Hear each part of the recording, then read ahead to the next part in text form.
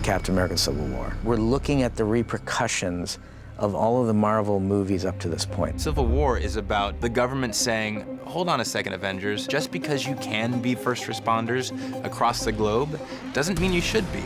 All superheroes should be registered. There should no longer be vigilantes.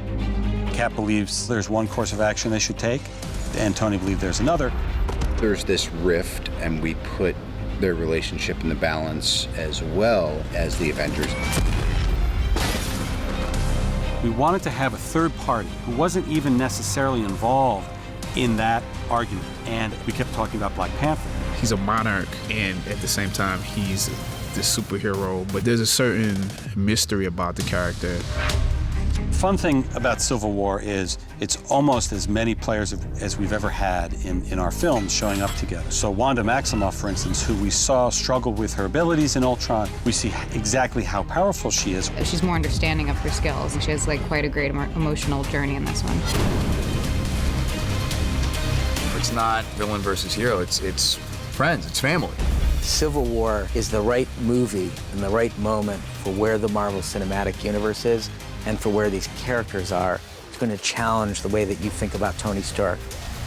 It's going to challenge the way that you think about Steve Rogers. And when you come out of that film, nothing will be the same.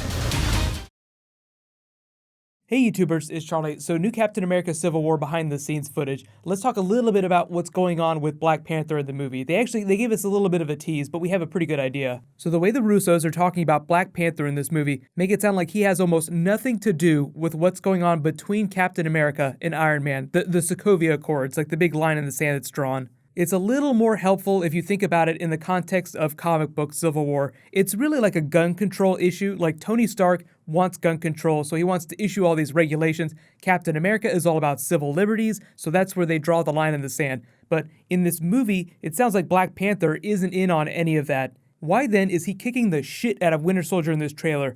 Maybe his interest in this matter is purely to track down Winter Soldier. Now in the comics, Winter Soldier has killed a lot of people. They kind of addressed that during the Winter Soldier movie. You just kind of see it in montage. Like, he killed Kennedy, killed a bunch of important people. But in the comics, he also killed Tony Stark's parents. So maybe what the movie is going to do is take a little bit of that and give it to Black Panther's character. Like, you assassinated my father, so I'm going to come after you. Winter Soldier himself is kind of a tangential thing in the movie because the governments of the world sound like they're the ones that draft these Sokovia Accords. Like, look, we don't want Avengers, or even villains for that matter, going out unchecked. We'd like to make sure that everyone is accountable to someone else. So really accountability is the issue here. Like, who do the Avengers answer to if they are the ultimate power in the world?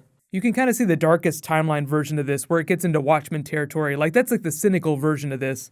But Black Panther, just based on the footage we've seen of him in the trailer so far, looks like he's on par with Captain America in terms of abilities. Now, Black Panther himself is just born a normal human being. His powers mostly flow from the Panther totem and these special herbs that he eats, but he's also wearing a vibranium suit, so I'm assuming there's some tech involved in there too. Wakanda, one of the most advanced, rich nations in the world, monetarily rich that is, just because of vibranium. So however you want to explain it, I mean, you could just explain it with vibranium suit. Like, he's wearing a special suit, makes him super powerful. But in the comics, it goes a little bit deeper than that. There are mystical aspects to his abilities.